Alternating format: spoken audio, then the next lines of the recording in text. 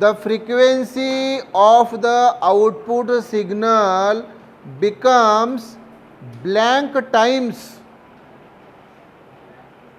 by doubling the value of the capacitance in the LC oscillator circuit. LC oscillator circuit की frequency जो होती है वो resonant frequency इतनी होती है। तो रेजोनेंट फ्रीक्वेंसी क्या है बताओ? ये मालूम है आपको रेजोनेंट फ्रीक्वेंसी? बोलो F equal to 1/2 pi root ELC। सभी को मालूम है ये फ्रीक्वेंसी? हाँ। तो अब यहाँ पे बोला कि भाई अगर कैपेसिटेंस की वैल्यू, कैपेसिटेंस यानी ब्रैकेट में कैपेसिटी लिखो, कैपेसिटर की कैपेसिटी ये डबल की रे बेटा, क्या की? डबल। तो फ्रीक्वेंसी के साथ क्या होगा? तो इस प्रॉब्लम में कितने बातों का उल्लेख किया गया है, कितनी बातें मेंशन की है? 2 बातें। कितनी बातें रे बाबू? एक फ्रीक्वेंसी और दूसरी कैपेसिटी। यल के बारे में बोला नहीं गया, मतलब वो कांस्टेंट। 1 नंबर है इसलिए कांस्टेंट, 2 भी नंबर है इसलिए कांस्टेंट, पाई भी नंबर है 3.14 इसलिए कांस्टेंट। तो देयरफॉर ये आपका रिलेशन सी के साथ क्या आएगा? या फिर inversely proportional to square root of सी।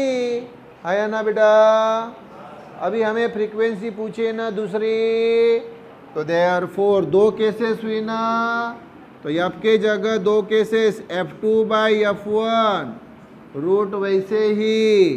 तो सी के जगह क्या आएगा? C1/C2।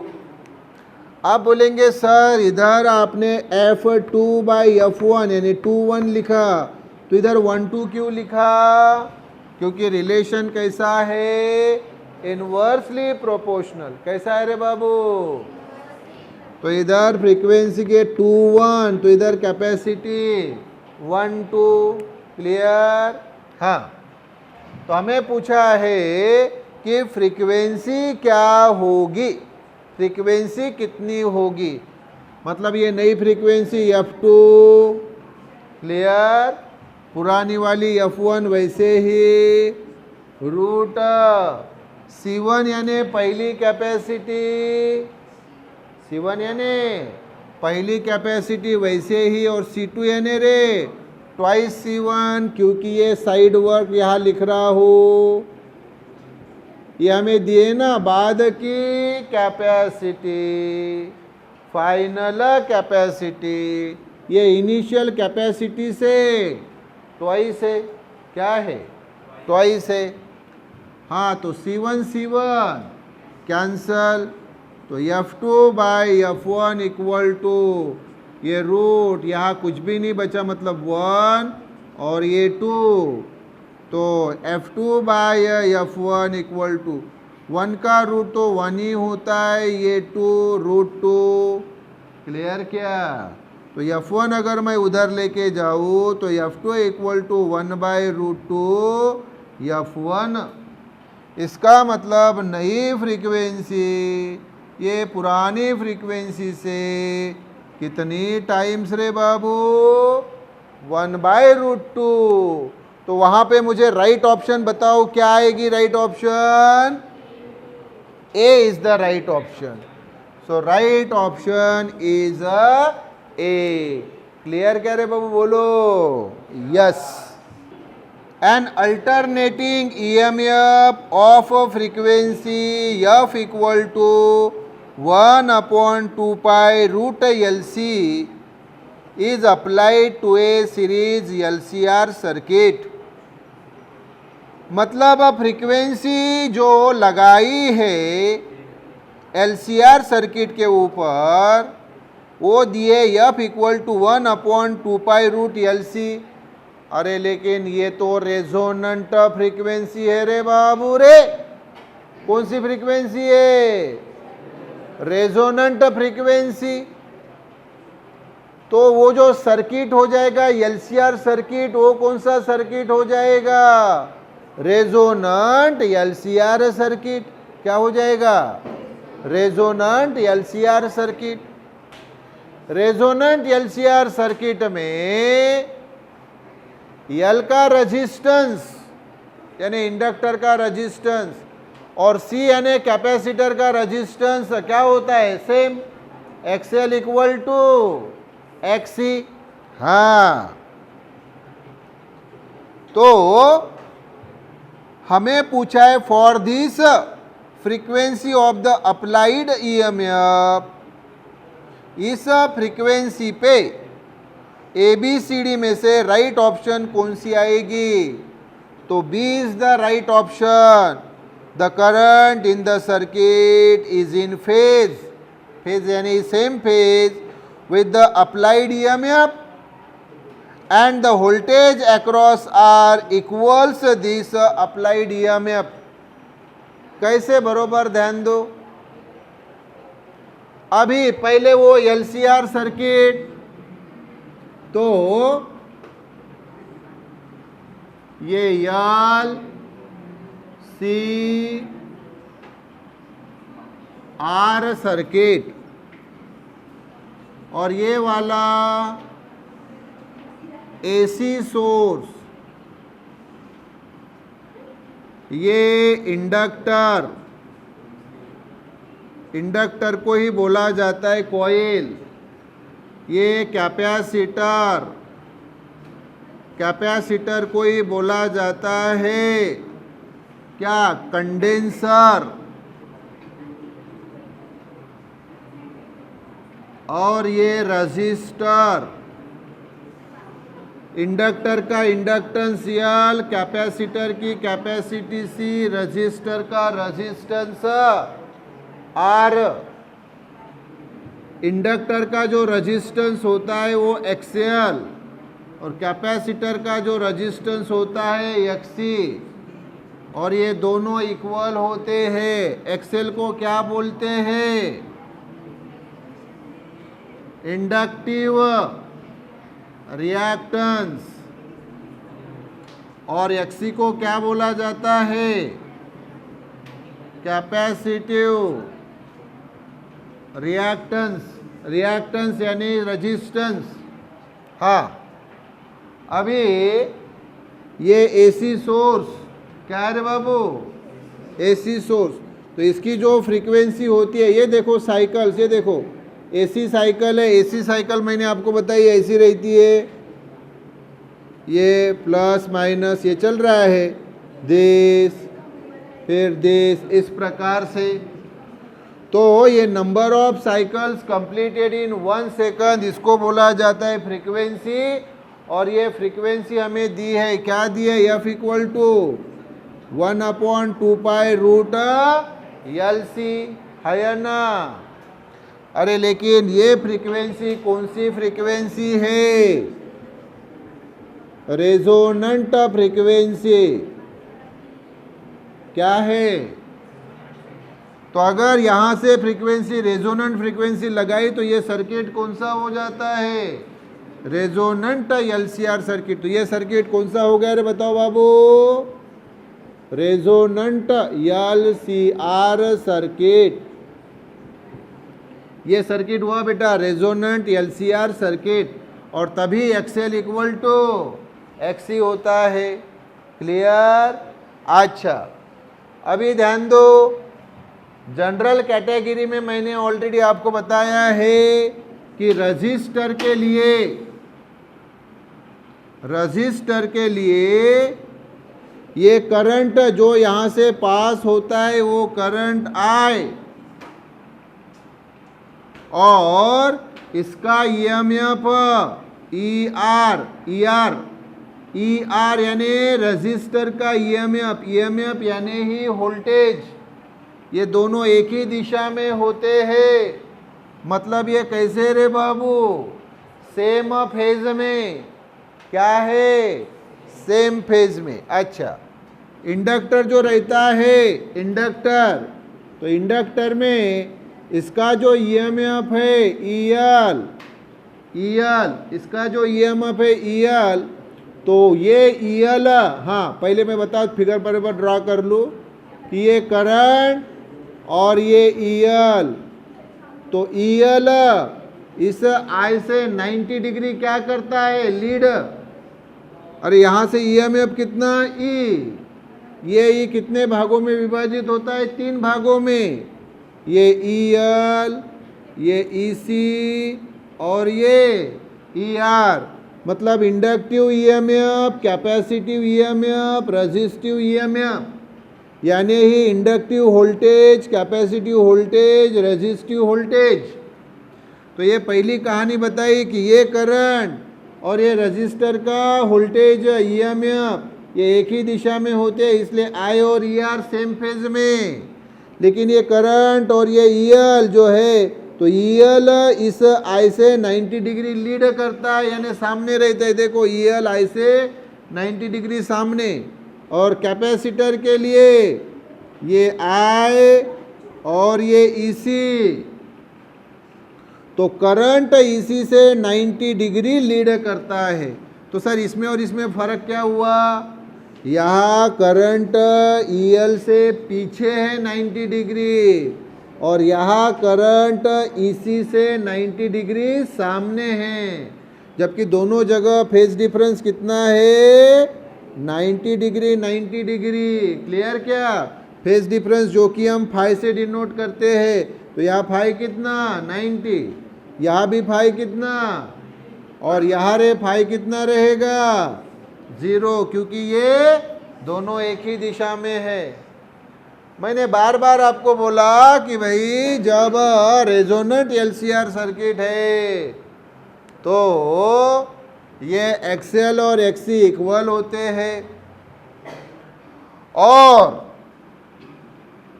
यहाँ पे ये जो है ईएल और आई और ये ईसी और आई ये दोनों इक्वल होते हैं, इसलिए फिर इनका ये जो फेज डिफरेंस है यल के केस में, इंडक्टर के केस में और कैपेसिटर के केस में ये कंसीडर नहीं किया जाता।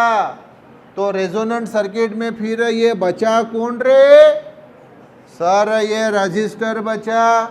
तो रजिस्टर के केस में आई और ईआर क्या है, सेम फेज में है। क्या है, मतलब इसमें फेज डिफरेंस कितना है, 0 है। फेज डिफरेंस 0 है मतलब सेम फेज में है, इसीलिए अभी ऑप्शन बी।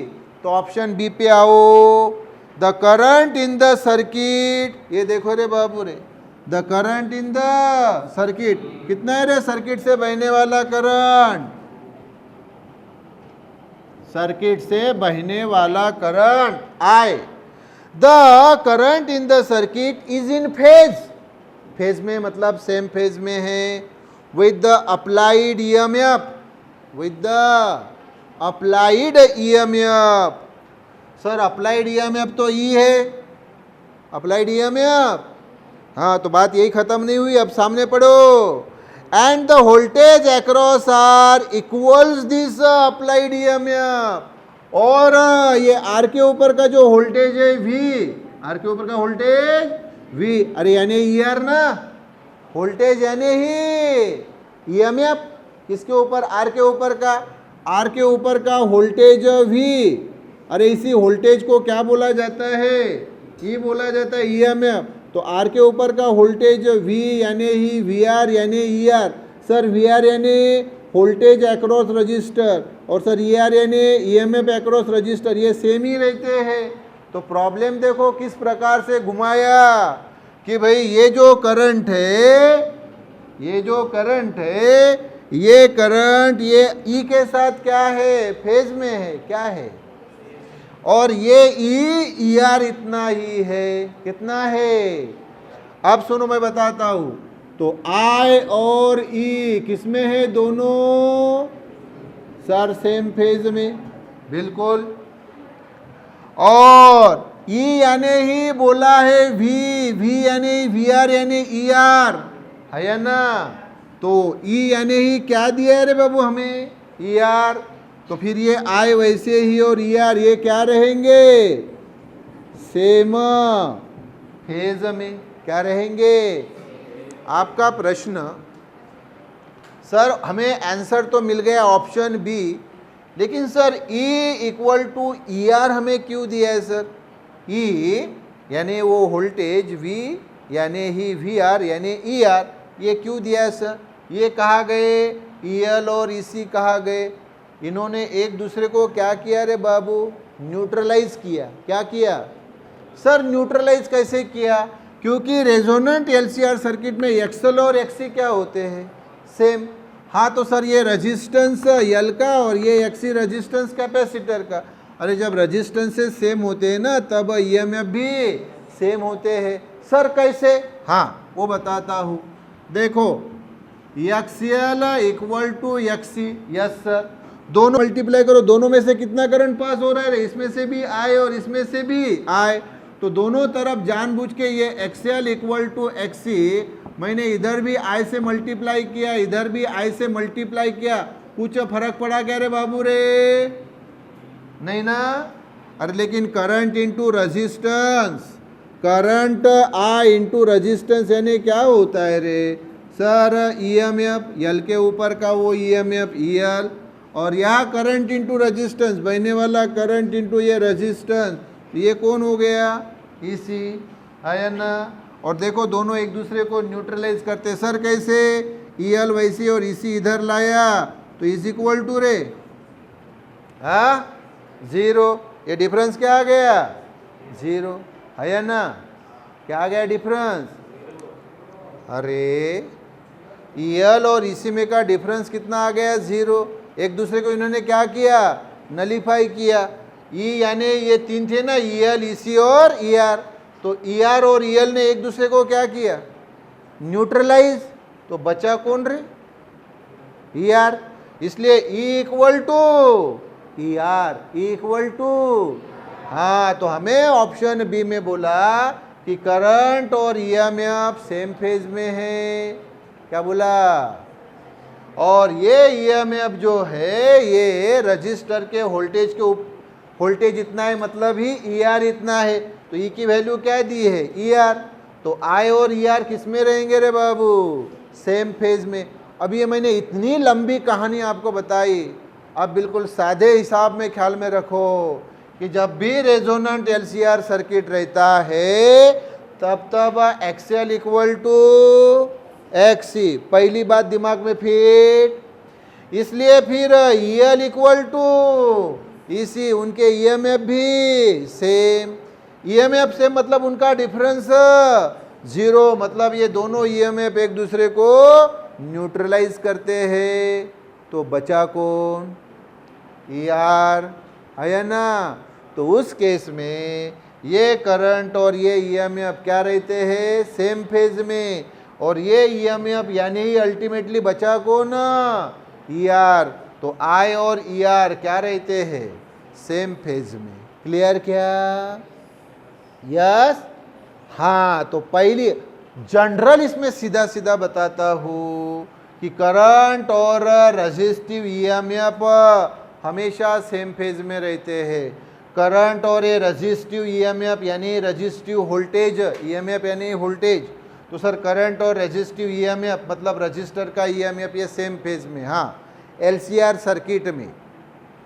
और रेजोनेंट सर्किट दिया है इसलिए वो एक्स्ट्रा की बात बताता हूँ, अदरवाइज वो प्रॉब्लम का आंसर तो सीधा सीधा ही आ गया कि रेजोनेंट सर्किट के लिए sir XL equal to XC, EL equal to EC, और ऑलवेज एंड ऑलवेज करंट और ये रेजिस्टिव ईएमएफ यानी रेजिस्टिव वोल्टेज हमेशा क्या रहते हैं, सेम फेज में। बस यहाँ पे इतना ही घुमावदार दिया ऑप्शन बी में कि बोलते वक्त उन्होंने बताया कि आई और ई सेम फेज में है, ओके भाई, और ये ई यानी ही ई आर इतना है, ई आर यानी ही बार बार बता रहा हूँ वो वोल्टेज आर के ऊपर का, रजिस्टर के ऊपर का। क्लियर क्या, यस। तो इतनी मैंने डिटेल में कहानी बताई, लेकिन इतने डिटेल में बताने की जरूरत ही नहीं। रेजोनेंट सर्किट है रेजोनेंट एलसीआर सर्किट या एलसीआर सर्किट, तो ये आई और E R always and always क्या रहते हैं, सेम फेज में। सेम फेज को ही सादी भाषा में क्या बोला जाता है, फेज। क्लियर क्या रे बाबू, बोलो यस यस।